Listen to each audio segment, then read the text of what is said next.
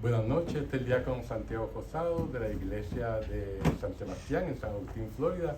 Esta noche vamos a concluir con nuestro estudio sobre el Apocalipsis estamos cubriendo el capítulo 22, ¿verdad?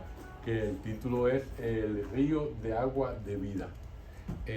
Vamos entonces a hacer, antes de comenzar con nuestra clase, vamos a hacer la oración para antes de leer la Sagrada Escritura. En nombre del Padre, del Hijo y del Espíritu Santo. Amén.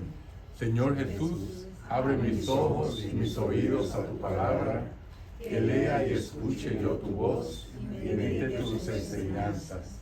Despierta mi alma y mi inteligencia para que tu palabra penetre en mi corazón y pueda yo saborearla y comprenderla. Dame una gran fe en ti, para que tus palabras sean para mí otras tantas luces que me guíen hacia ti por el camino de la justicia y de la verdad. Habla, Señor, que yo te escucho y deseo poner en práctica tu doctrina, porque tus palabras son para mí vida, gozo, paz y felicidad. Habla, Señor, tú eres mi Señor y mi Maestro, y no escucharé a nadie sino a ti. Amén. Bueno,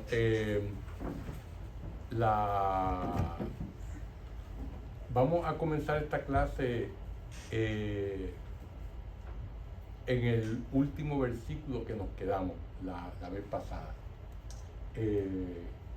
Vamos a leer el versículo 17 y de ahí entonces partiremos para la explicación. Y el versículo 17 del capítulo 22 de Apocalipsis dice así. Dice, el espíritu y la novia dicen, ven. Y el que oiga, que diga, ven. El que tenga sed, que se acerque. El que quiera, recibirá gratis agua de vida. Fíjense que el Espíritu Santo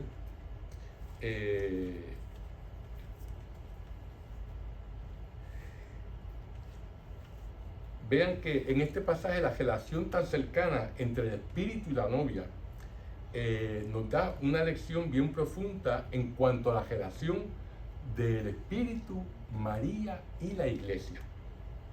El Espíritu Santo es ese lazo, ¿verdad?, interpersonal de amor entre el Padre y el Hijo, como habíamos explicado la última vez, ¿verdad?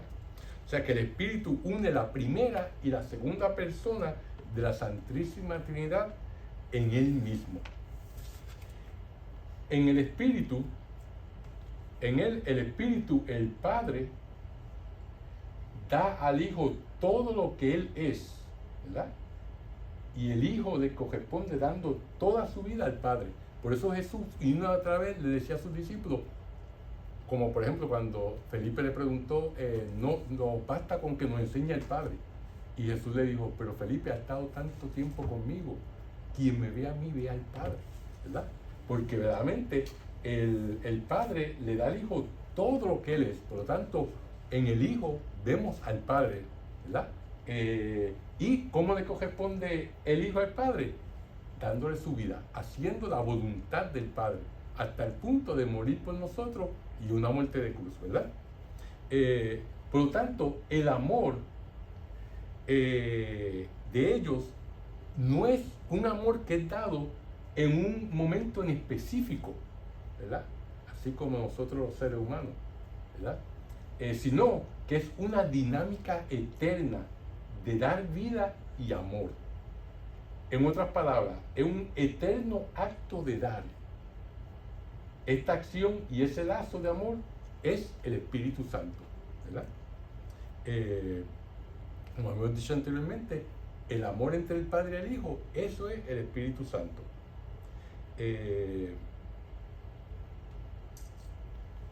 Ahora, les voy a proponer algo que suena un poco extraño, ¿verdad?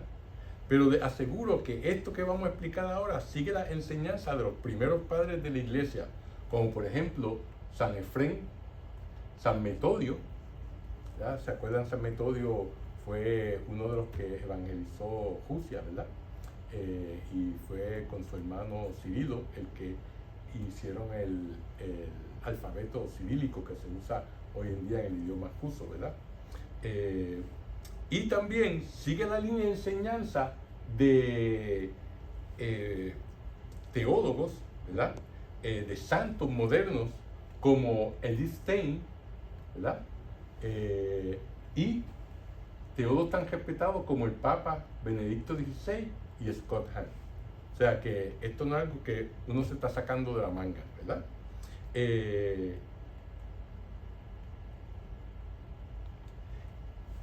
Es verdad que Dios es totalmente espiritual, ¿verdad?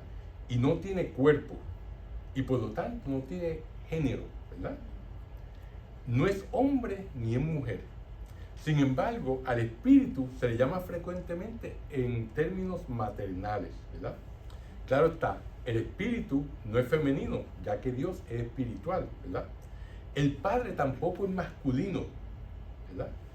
Pero hay algo en la paternidad y en la maternidad humana que reflejan la divina persona, ¿verdad? Esto me trae a la mente el cuadro del hijo pródigo que pintó Rembrandt. Si se acuerdan ese cuadro, el padre está abrazando al hijo, ¿verdad? Que llega en ese momento, ¿verdad? Y si uno se fija en el cuadro, la mano izquierda es una mano femenina y la mano derecha es una mano masculina. Dicen que la mano derecha es la mano de Rembrandt que él se pintó, que cuando él pintó, y la mano izquierda es la de la esposa, ¿verdad? Y en eso él quiere reflejar que en Dios está la maternidad y la paternidad representada, ¿verdad? O sea que, o de dicho de otra manera, que la paternidad y la maternidad son un reflejo de Dios, ¿verdad? Uno que es fuerte y que apoya, y el otro que es cariñoso y consuela, ¿verdad? Fíjense que cuando Dios creó la humanidad, Él la creó a su imagen. El autor del Génesis hace hincapié en que el hombre lleva la imagen de Dios al ser hombre y mujer. Como vemos en el Génesis, en el primer capítulo, versículo 27, dice, y creó Dios a su imagen. A imagen de Dios lo creó. Varón y mujer los creó, ¿verdad? La creación de Adán, el cual es llamado Hijo de Dios en el Evangelio de San Lucas, capítulo 3, versículo 38, ¿verdad? Refleja la manera en que Dios es Padre e Hijo en la Trinidad. Pero, ¿y dónde queda Eva? Nos preguntaremos nosotros. Ella también es parte de la creación humana de Dios, ¿verdad? Y nos tenemos que preguntar en qué manera se encuentra la imagen de Dios en el ser humano, siendo hombre y mujer, ¿verdad?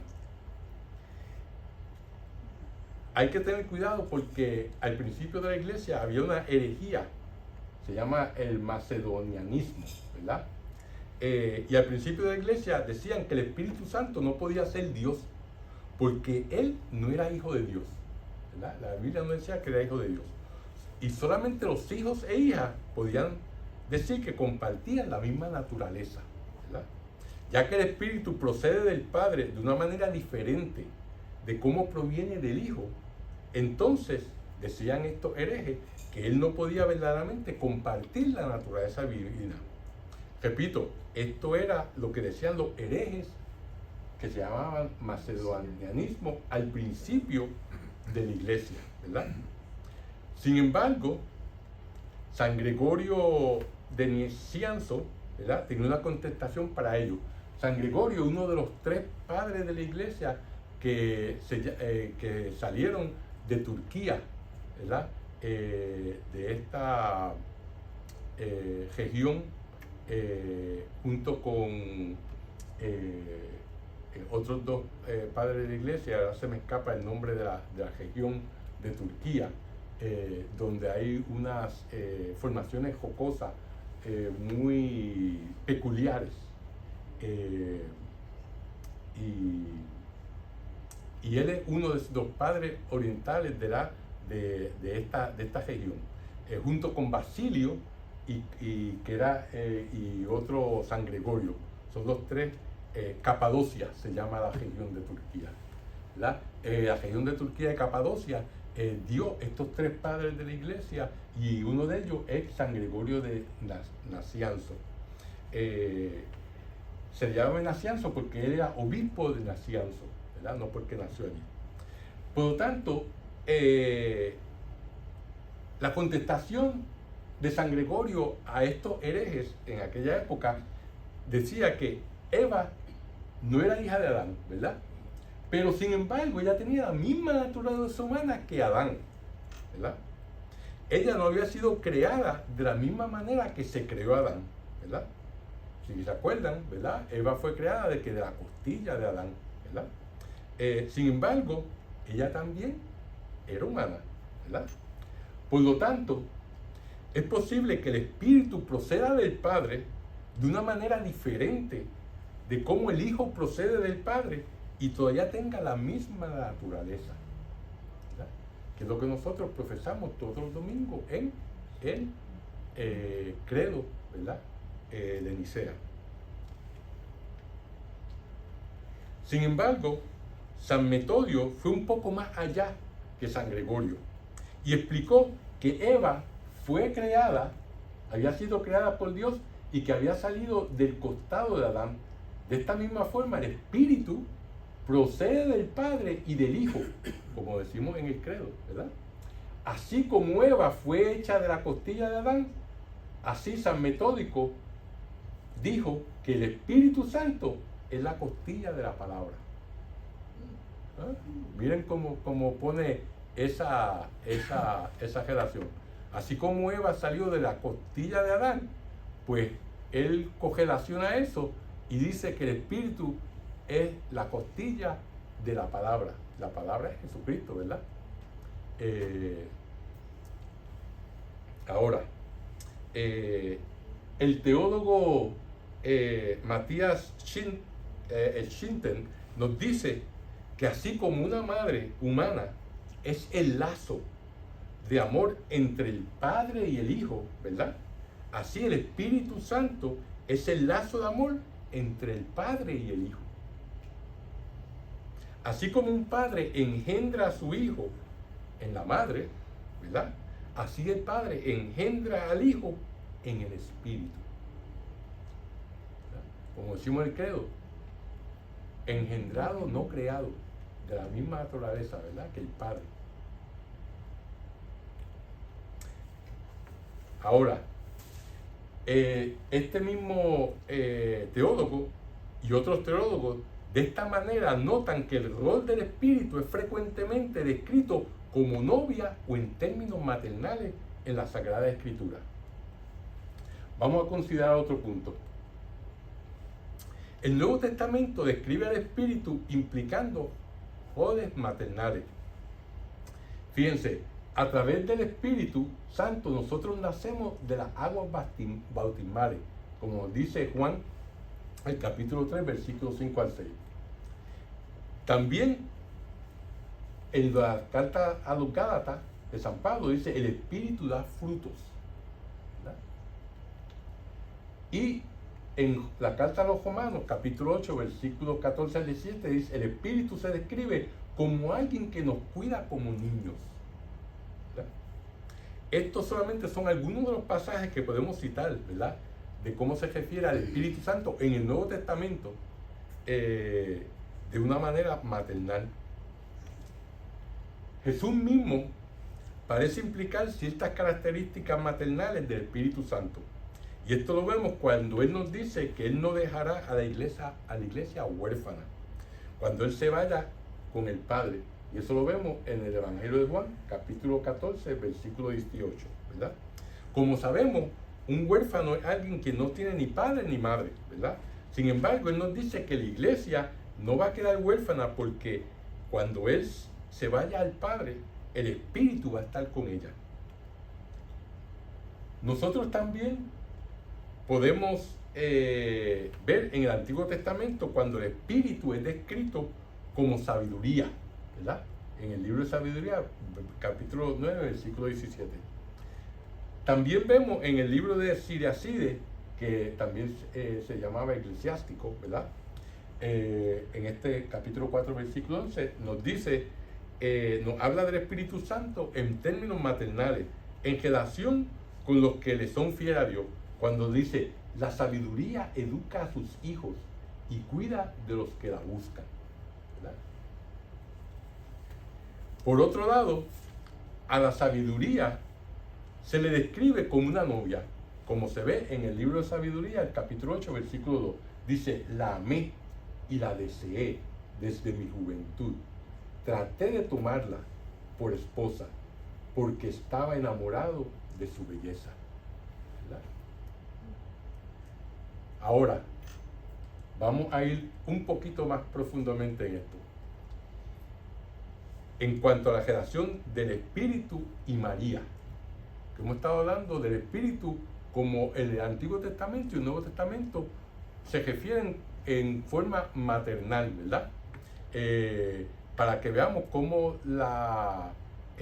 Dios, la Santísima Trinidad, aunque no es hombre ni es mujer, pero que en ellos también se refleja la maternidad y la paternidad humana, ¿verdad? Fíjense, San Maximiliano Kolbe, este es un santo que murió en un campo de concentración nazi, ¿verdad? Y su historia es muy bonita porque él estaba pues como prisionero y algunos se escaparon y entonces los alemanes tenían la costumbre de que si alguien se escapaba, diezmaban a la población de prisioneros. El diezmar la población es que 1 de cada 10 lo mataban, ¿verdad? Contaban 1, 2, 3, 4, 5, 6, 7, 8, 9, 10, ese iba a morir. Y así seguían contando. Eso es una práctica que los romanos tenían. De ahí es que viene esa palabra de diezmar, ¿verdad? Pero la cuestión es que los alemanes no solamente los mataban rápidamente, sino que en este caso los encerraban en una celda al sol, ¿verdad? Y lo dejaban morir de hambre. O sea, que era una muerte lenta, ¿verdad? Y cuando estaban contando la gente, ¿verdad? El hombre que estaba al lado de San Maximiliano Kolbe le tocó. Y el señor empezó a quejarse. No me puede pasar esto si yo tengo familia, yo tengo esposa y tengo niños pequeños y cómo va a ser esto. Y entonces Maximiliano Kolbe le preguntó a los soldados que estaban a cargo que si él podía tomar el lugar del hombre. A ellos no les importaba a quién cogieran, pero ellos dijeron, sí, ¿cómo no? Usted coge el lugar de ese hombre. Y entonces él se voluntarió para morir en vez de ese señor. Y murió esa muerte tan triste, ¿verdad? De ser muerto por hambre. Y pues por eso pues fue canonizado, ¿verdad? Y el hombre que él salvó estuvo en su canonización. Así que San Maximiliano Kolbe, él era muy devoto de la Virgen y él escribía mucho tenía una revista que era sobre la Virgen y tuvo una visión cuando era joven donde la Virgen le mostraba 2 cinturones, uno blanco y uno rojo, ¿verdad? El rojo era de mártir y el blanco era de morir de una manera no violenta, pero que ser puro el resto de su vida. Y él escogió ambos. Así que se le cumplió. Bueno, pues Maximiliano Kolbe describe a María como la clase de ser humano que es la réplica del Espíritu Santo, ¿verdad? Esto es porque así como el Padre y el Hijo se dan el uno al otro, ¿verdad? En el Espíritu, así también el Padre continúa engendrando al Hijo en María. Cuando Jesús se hace hombre, la vida de amor de la Trinidad continúa ya que Jesús continúa ofreciéndose él mismo al Padre a través de su humanidad. Como acuerdan, esta relación del Padre y del Hijo no es algo que se pasa en un momento, sino que es una relación de un amor continuo, de un dar continuo. Por lo tanto, cuando Jesús es engendrado en María, ¿verdad? Él se sigue ofreciendo él mismo a través de todo ese tiempo, ¿verdad? De esta manera, a través de su humanidad, ¿verdad? Porque ha sido engendrado. Por favor, mantengan en su mente que este ofrecimiento no solamente toma lugar en la cruz, ¿verdad? En todo momento de la vida de Jesús, desde su encarnación hasta su muerte. Este ofrecimiento como ser humano, ¿verdad? Porque siempre se está ofreciendo al Padre de toda la eternidad. Porque esa es la relación del Padre y del Hijo. Ese ofrecimiento y ese amor entre ellos, que es el Espíritu Santo. Por lo tanto, desde el momento de su virginal concepción, Jesús comienza a santificar a la humanidad. ¿Cómo? Al ofrecerse él mismo en su propia naturaleza humana, ¿verdad? Esto ocurre desde el momento de su concepción. Así como él habita en María, Jesús mismo se ofrece al Padre en María. De la misma forma como él lo hace a través del Espíritu Santo. Desde toda la eternidad, Jesús se ofrece al Espíritu Santo como se ofrece al Padre a través del Espíritu Santo. Una vez se engendra, es concebido, ¿verdad? Entonces sigue ofreciéndose al Padre, pero a través de María, ¿verdad? Porque ese es donde él está en ese momento, ¿verdad? Por lo tanto, de esta forma, en la historia humana, María se convierte en el lazo de amor entre el Padre y el Hijo, que es lo que el Espíritu Santo es desde toda la eternidad, ¿verdad? Bien complicado. Por lo tanto, cuando el Espíritu Santo cubrió a María con su sombra, produjo en ella su propia persona y obra. Él hace de ella una especie de icono humano de él mismo, ¿verdad? Como sabemos, un icono es que una representación hecha en una pintura, ¿verdad? Un icono es como decir un embajador, como decir, ¿verdad? Esto es un icono, ¿verdad? Y el icono, a diferencia de una pintura, una fotografía de un santo, es un proceso, ¿verdad? En el cual el artista no está pintando una imagen, él reza y mientras pinta la imagen, ¿verdad? Porque esa imagen está en una representación mucho más fidedigna que cualquier otra cosa. O sea, es bien interesante cuando se hace un icono, porque es un proceso no solamente el acto de pintar y el acto de algo material, sino es un acto espiritual, ¿verdad? Por eso no todo el mundo puede hacer iconos. Por lo tanto, el Espíritu hace de ella una especie de icono humano de él mismo, porque María va a estar tomando en ella misma el papel que el Espíritu ha estado haciendo por toda la eternidad entre el Padre y el Hijo, ¿verdad? No es que ella tome el lugar del Espíritu, porque el Espíritu Santo es Dios y María no es Dios, ¿verdad? Pero humanamente hablando, ella está tomando por eso dice que es como un icono. Por lo tanto, San Maximiliano Kolbe nos dice que el Espíritu está tan cercanamente unido a María que él habita completamente en ella, ¿verdad? Y muy cautelosamente, él llama a María una casi encarnación. Una casi, no una encarnación, una casi encarnación, ¿verdad?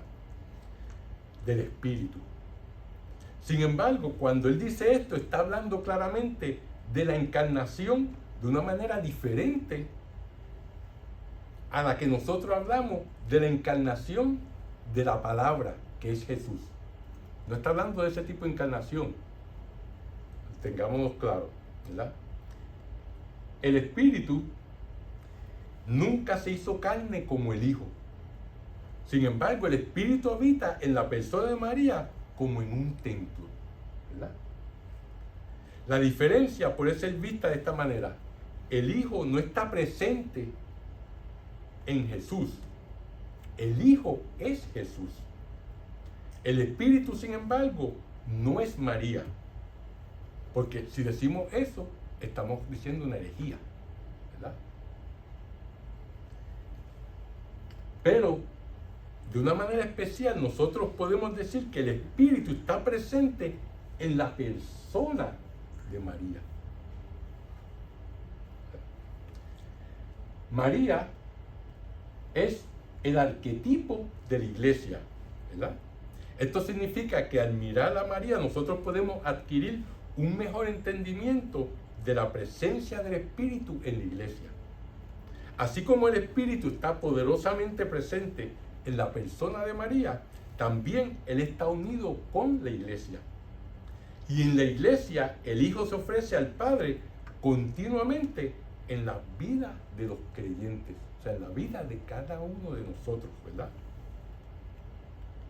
Como vemos, esto es la auténtica fe del Nuevo Testamento. San Pablo, en su carta a los Colosenses, en el capítulo 1, versículo 24, dice: ahora me alegro cuando tengo que sufrir por ustedes, pues así completo en mi carne lo que falta a los sufrimientos de Cristo, para bien de su cuerpo, que es la iglesia, ¿verdad? Por lo tanto, así como San Pablo también dice en la carta a los Gálatas, en el capítulo 2, versículo 19 al 20, nos dice que he sido crucificado con Cristo, y ahora no vivo yo, es Cristo quien vive en mí, ¿verdad? Por lo tanto, la iglesia entonces es parte de ese acto de la vida de amor de la Trinidad. O sea, cada uno de nosotros. El sacrificio de Jesús, ¿verdad?, se representa a través de nosotros. En otras palabras, como Cristo se ofrece a sí mismo a través del sufrimiento de cada uno de nosotros, nosotros como creyentes, ¿verdad?, nos envolvemos en esta vida de amor de la Trinidad. Un poquito complicado, pero es algo que es, o sea, que nosotros verdaderamente, este concepto, ¿verdad?, de que nosotros verdaderamente nos envolvemos en la vida del amor de la Trinidad a través de nuestro sufrimiento, a través de ofreciendo nuestro sufrimiento al Padre Celestial, ¿verdad?, a través de su Hijo Jesucristo, ¿verdad? Y por eso es que Pablo nos dice: no vivo yo, sino es Cristo quien vive en mí, porque entonces yo me convierto por mi bautismo en hijo del Padre, hermano de Jesucristo y templo del Espíritu Santo, así como la Virgen María era templo también del Espíritu Santo, ¿verdad? Y nosotros entonces formamos a ser parte de la Trinidad, y como Jesucristo sufrió por nosotros, así nosotros ese sufrimiento lo ofrecemos a Dios, ¿verdad? Y esto nos ayuda muchísimo, porque la próxima vez que nosotros tengamos un sufrimiento que creamos que es demasiado grande, o la próxima vez que nos sea demasiado difícil ofrecer ese sufrimiento a Dios, debemos recordar que al rehusarnos a aprender a vivir esta vida de amor, nosotros estamos prohibiéndole al Padre y al Hijo que se amen el uno al otro en el Espíritu, ¿verdad?, a través de nosotros. Porque ellos a través de nosotros se aman, a través de nuestras vidas, de nuestras acciones, de nuestros sufrimientos, ¿verdad? En otras palabras, nosotros nos estamos rehusando a ser el templo de su amor. Si lo pensamos bien, verdaderamente nos estamos negando un gran privilegio, ¿verdad? Nosotros tenemos que, la Iglesia Oriental le da mucho énfasis a esto en la manera como ellos dicen que la beatificación del hombre. O sea, como dice San Ireneo, Jesús se hizo hombre para que el hombre se haga Dios. Dios bajó a nosotros y se hizo hombre para abrir las puertas del paraíso, para que nosotros seamos parte de la familia de Dios y de esa manera seamos parte de esa familia de Dios. Eso es lo que llama la beatificación humana. Y eso los padres de la Iglesia Oriental utilizan ese concepto bien frecuentemente. Nosotros, el concepto que se correlaciona más es la santificación de nosotros, ¿verdad? Nosotros somos llamados a ser santos, ¿verdad? A hacer la voluntad de Dios, ¿verdad? Nuestra santificación. Por lo tanto, en este versículo 17 nos dice, ven, ¿verdad? Nos repite esa palabra dos veces, ven. Como vemos, la gracia no se puede contener. Cuando el creyente recibe la vida de Dios, que es una vida de continuo dar amor, el creyente se vuelve a otros ¿para qué? Para compartirla, ¿verdad? El mejor ejemplo lo vemos en María, quien después de la anunciación, ¿qué fue lo que hizo? Fue a visitar a su prima Isabel, cuando se enteró que estaba embarazada, ¿verdad?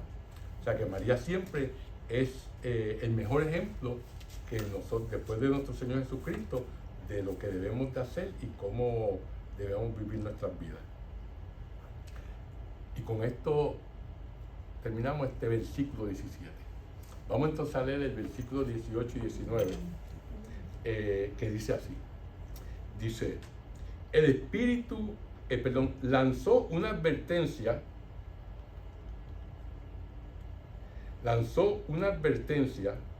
a todo el que escuche las palabras proféticas de este libro. Si alguno añade algo de esto, sobre esto, Dios le enviará las plagas que se describen en este libro. Y si alguno quita algo de las palabras de este libro profético, Dios le quitará su parte en el árbol de la vida y en la ciudad santa que se describen en este libro. Fíjense, al final de este libro hay una advertencia que es muy semejante a la advertencia que Moisés hizo en el libro del Deuteronomio, ¿verdad? En el capítulo 4, versículo 2, que dice, no añadirás nada a lo que yo te mando, y no le quitarás nada, sino que guardarás los mandamientos de Yahvé tu Dios, tal como yo se lo ordeno, ¿verdad? Vemos que al final del Deuteronomio leemos lo que le pasará a aquellos que no hacen caso a las palabras de Moisés, ya que nos dice en el capítulo 29, versículo 19 al 20, nos dice, Yahvé borrará sus nombres de debajo de los cielos y separará de todas las tribus de Israel para su desgracia, conforme a todas las maldiciones de la alianza expresada en este libro de la ley. O sea que básicamente el libro del Deuteronomio es el último sermón de Moisés que él le dio a Israel cuando estaban en las planicies de Moab, cuando ya estaban preparándose para entrar a la tierra prometida. Fue cuando Moisés les hizo esta advertencia a ellos.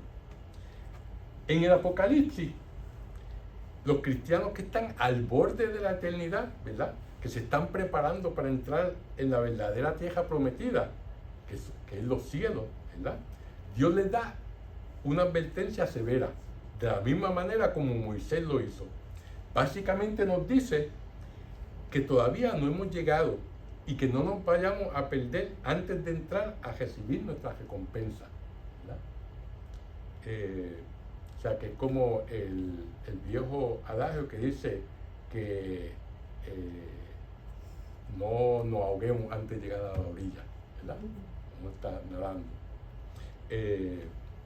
O sea que son advertencias que, fíjense, como Moisés lo hizo en el Deuteronomio, así también Jesús nos lo hace aquí en esta, a través de Juan, ¿verdad? En este epílogo que es lo que estamos leyendo del Apocalipsis.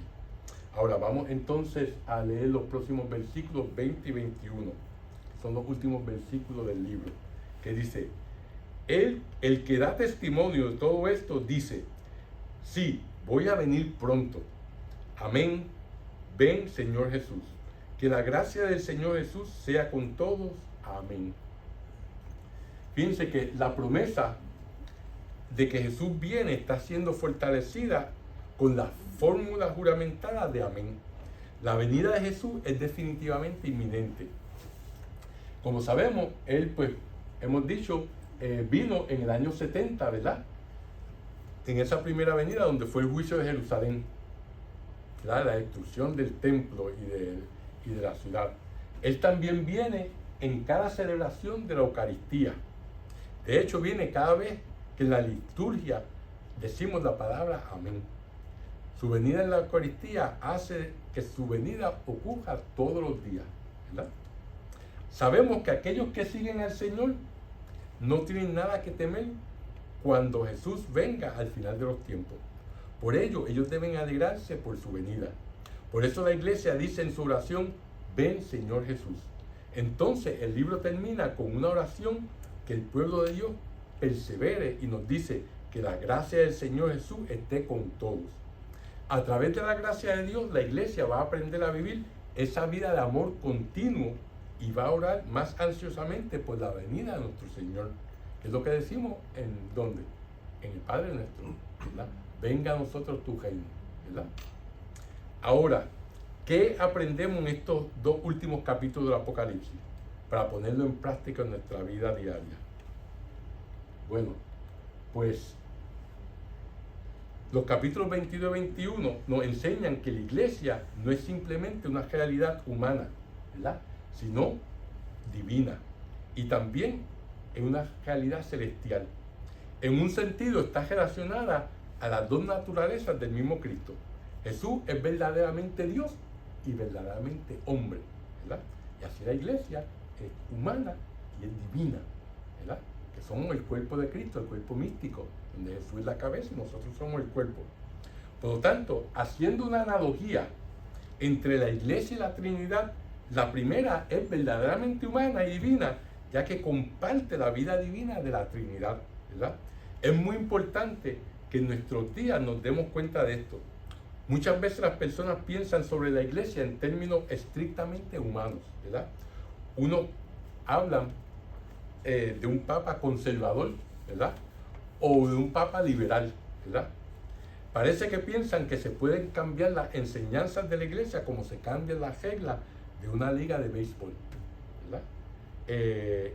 Y este tipo de pensamiento, las personas realmente no ven la verdadera identidad sobrenatural de la iglesia.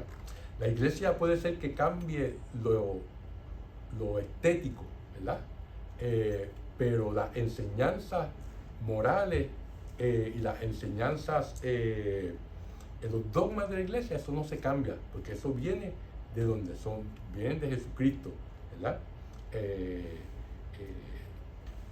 Se puede cambiar de que pues antes había que ayunar 8 horas antes de recibir la comunión y ahora 1 hora, ¿verdad?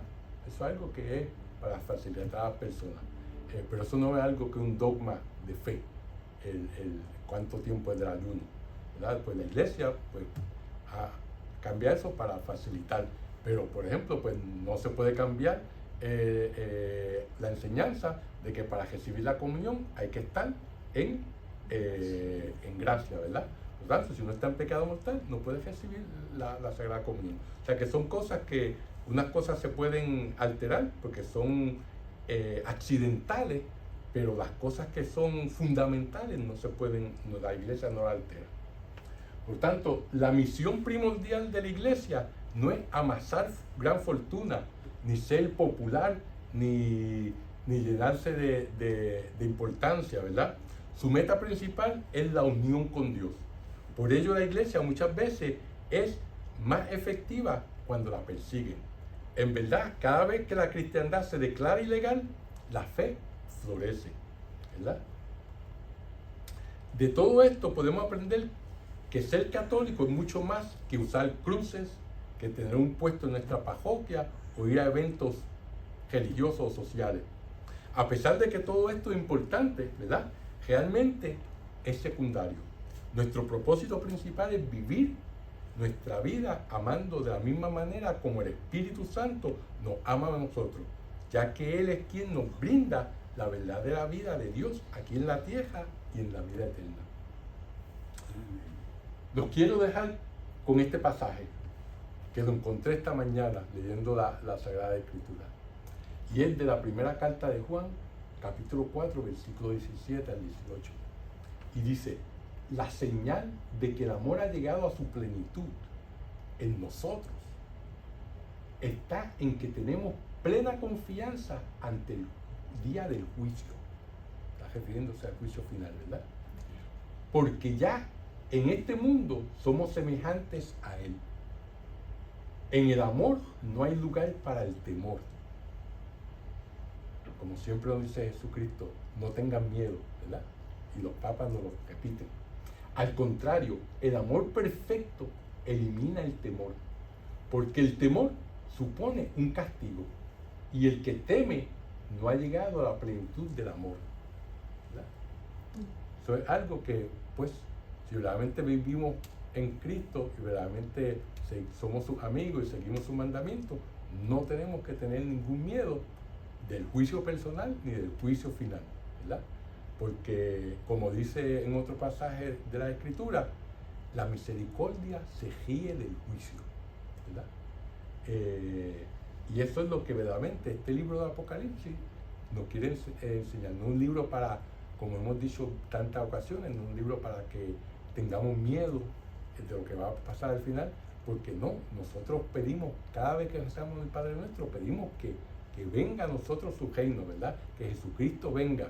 Por tanto, si estamos con Él, no tenemos que tener ningún tipo de temor ante nuestra muerte o ante el juicio final, porque el temor es lo opuesto al amor, no es el odio, es el temor, el miedo. Por tanto, si los amamos a Él, pues entonces definitivamente el temor no tiene lugar en nuestras vidas. Y con este pensamiento pues les dejo para que sigan meditando y leyendo el Apocalipsis, un libro tan bonito y tan de mucha esperanza para todo aquel que tiene a Jesucristo en sus corazones. Así que vamos a hacer entonces nuestra oración final. En nombre del Padre, del Hijo y del Espíritu Santo. Amén. Dios te salve María, llena eres de gracia, el Señor es contigo, bendita tú eres entre todas las mujeres, y bendito es el fruto de tu vientre Jesús.